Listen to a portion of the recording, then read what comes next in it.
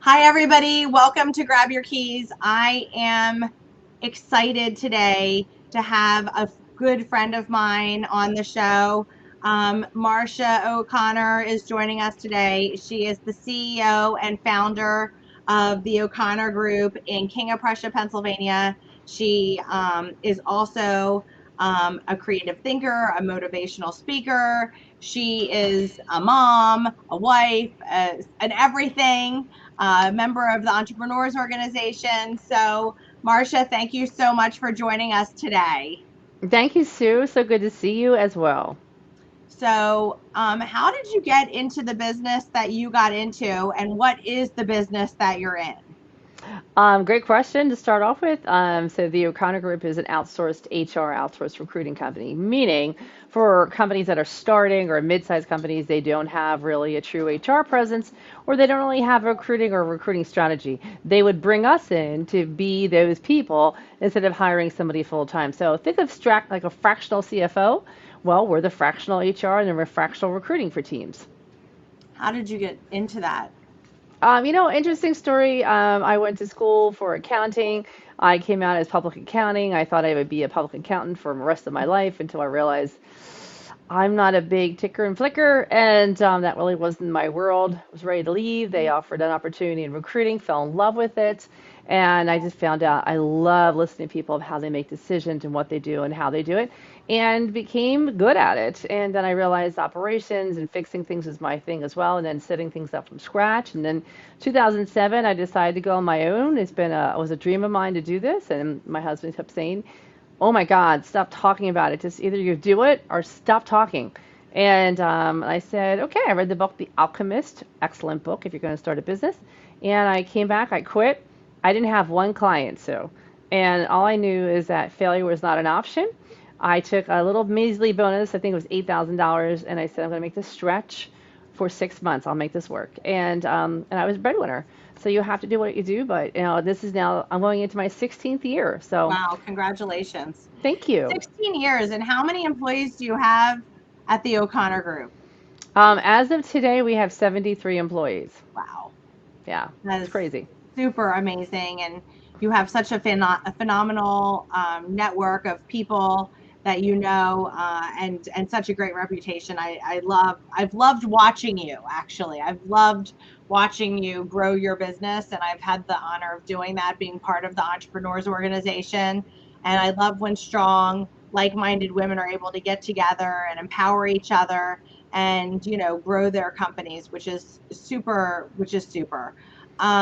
What are three keys that you believe is part of your success? Well, let's get back to the other thing really fast. So, just right back at you. You're Mhm. just as dynamic and powerful out there, my dear, with a great reputation. So, it's so much Thank fun you. we get together. You'll find out if you're a woman entrepreneur out there, it's really amazing to hang out with other successful women entrepreneurs because we're all somewhat similar in our DNA. But going to your question about the keys, I would say number one is perseverance. And you have to really believe in what you sell and why you sell it and when you sell it. You have to believe it because people really they don't always buy the product, they do buy your trust and they do buy the belief in you. So that's really, really a big piece. Number two key is, like I said, failure was not an option, and you have to write down your goals. You just don't make these things up, and people will be like, "Oh, I'm going to make 2 million this year," and I ask them, "How are you going to do that?" They're like, "Oh, I'm going to figure it out." I'm like, "That's not a plan." Like you got to write it down per week, per day, per hour, what you think you're going to be doing, and then it's much more achievable if you do that. Number three key would be just surround yourself with people that are smarter than you. I think a lot of times people hire people that aren't, and that's a mistake. I think it's really important to hire people who are smarter than you because the more you learn, the more you grow, and the better your company's going to be. I totally agree with that.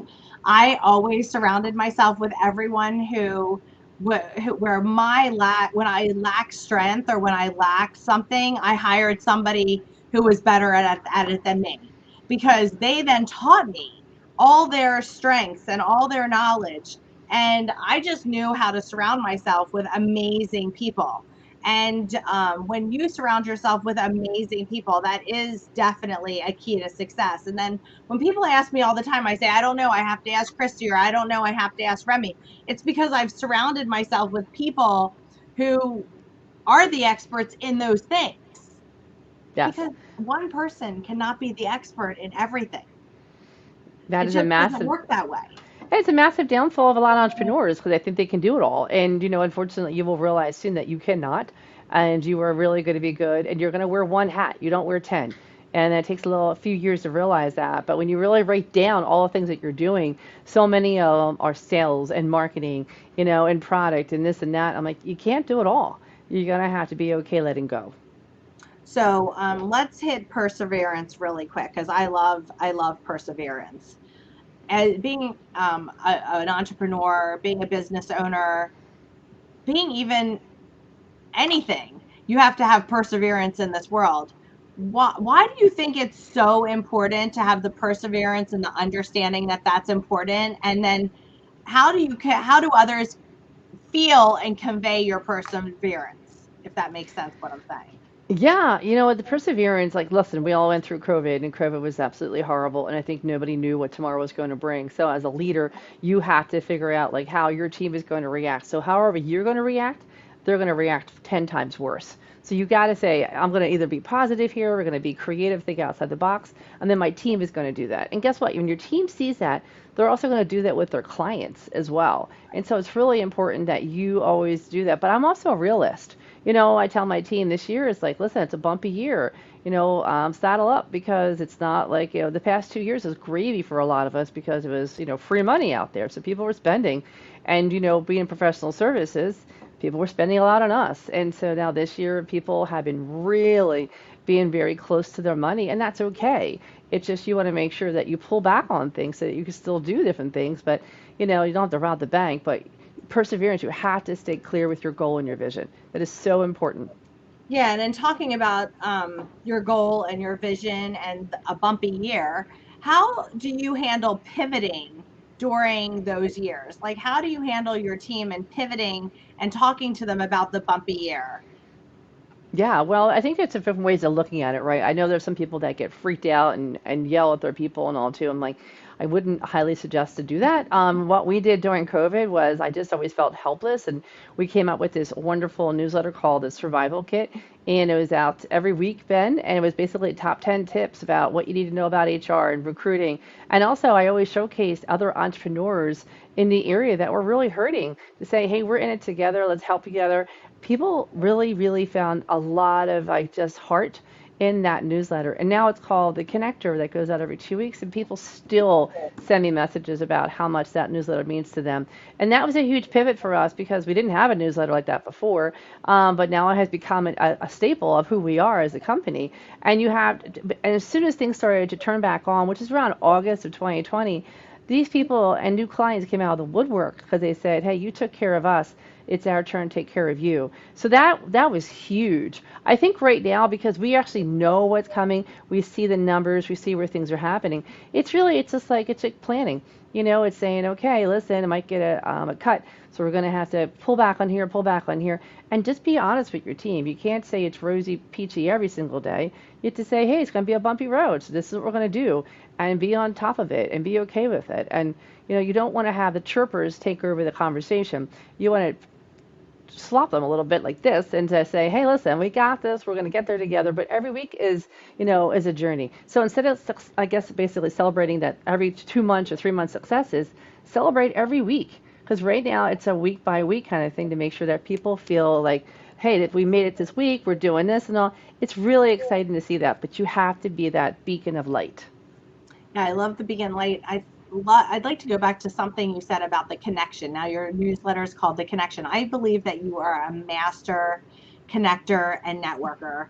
I've watched you work a room better than anyone I've ever seen. If someone is new to networking on this telephone call, what would your suggestion be of how they can start to network, how they can start to build a clientele or a base? It's a great question, Sue. To be honest with you, people don't realize this too. I am a very low extrovert. I'm probably more on the introverted side, and a lot of people who run businesses are probably more introverts than extroverts. So going into a crowded room is probably just painful for them. And so what I would do to myself is I would say, I am here because my time is worth money. And if I'm going to be spending 2 hours, my goal was for every hour, my goal was 3 business cards. So Wow. my goal was to go in there, talk to 3 people, do business cards. So next hour, 3 more business cards. I would follow up that night on LinkedIn. I literally would go to my car, and I remember, our buddy Jim would say this. He would go to the car, and he would basically say, "Hey, thanks for meeting with me today." Blah blah blah. I would do that as well. So that night, you'd actually see a connection with me and get it moved. Because if not, tomorrow's a whole new crazy day already planned for me. I never got back to it. And so you got to be in the moment. And so I know it was like my time is worth money. So if I can get at least 3 people, connect with them on LinkedIn, send a quick message and all, and I would actually probably put them in my HubSpot so they can get our newsletters now. But the idea is like that we're getting out there, getting visible. And you got to keep in mind, the busier you become, every minute counts. So how are you going to make that count best for you and your company? Right. And I love what you said. You put them in your HubSpot, you have automation, so stuff goes out to your people constantly, and so that you're always top of mind. These are all like just the little tiny things that I want to bring out of what you're saying, because it really does mean that you have to put the entire package together so that you can build the network that you're building. Yes. So, or that you've already built. Who does Marcia admire? You know what? To be honest with you, I admire, people like Sarah Blakely, and she had an Mhm. idea. She had a patent that I don't know if you guys ever listened to her full story, but her patent almost never came off the ground because the guy on the other line couldn't understand her, and because he was really deep south, and so the whole patent might have been completely different, and she wouldn't be where she's at today. And it's so cool because she takes care of her team, and she's always looking forward, and just had an idea. She cut her pantyhose one day, and she said, "You know what? We could do this." How And many it's not people did? How many of us did that in college? we all of us I mean, we did. all did. She You just had bet. the forethought to do something about it and said that there's got to be a better way. Absolutely. I mean, I literally always had clear nail polish in my pocketbook at all times for that reason, Yes. you know. And nowadays you can get pantyhose really quick, but I don't know about you, but being a little girl, it was not easy to get pantyhose quickly. Yes. And so you had to do all these different things. But those kind of people like that, people who stand out, who speak up, who have a voice, who are creative, innovative, I look those people, the ones who really had to make it hard. The founders. I look at all the founders, the ones that basically they lost everything and they came back. Right. Those are the stories I like hearing and all because it keeps me motivated. Because not every day is roses and utopia. There are times I'm like, oh, and you just have to hear that sometimes. Remind yourself, you got this. It's having the grit. Yes. Grit. It's the grit. And and you're right. Not all days are, roses and utopia. And being a founder or being a leader can be a very lonely place at times. Oh, And you just sometimes want to, jump in your car and scream. And I've always say, like, when I walk in the office, my mood sets the tone of the way the office is. And that's a lot. It doesn't seem like a lot of pressure, but that is a lot of pressure because sometimes you just get a crappy call as you're pulling into the parking lot and you don't want to have a smile on your face and be like, "Good morning, how's everybody doing?" And you just want to shut your door, but you don't need to have your door shut. Like, you need to have that open door policy so people can feel your energy. And I've been in your office, and your office has a lot of positive energy. That's so super important. If you weren't doing what you're doing now, what would you do? I'd be creating something else. So I'm an innovator. I'm a creator. I mean, it's so funny. I went to college and people were like, what do you want to go to school for? I said, I don't know what the major is, but I want to build something. And they're like, what? And I said, I don't know, but I think if I do management, it'll start me because I'll know all the tools of how to run a business. And they're like, what do you want to build? I'm like, I don't know, but I love herding cats. And this was when I was back before I was even in college. And then when I got in, they said, my professor's like, you're going to be an accounting major. I'm like, I don't want to be an accountant. Like, I didn't want to get stuck in a corner being an accountant. That's one of the reasons why I didn't want to be an accountant. And then he said, you won't trust me on this. And I took his advice, and it was the best move I ever made by far. And I'm still building stuff being an accountant. But I have a right brain and a left brain, and so I'm very creative. and I'm also very strategic. And so I have both brains, so good and bad. But I love building. So I don't know what, but building something. So when you write your goals down, do you write your goals down for the year, for 3 years, 5 years, personal, business, 10 years, Well, great everything? question. Everything. So we're an EOS company, and EOS typically is 1 year, a 3 year, and a 10 year.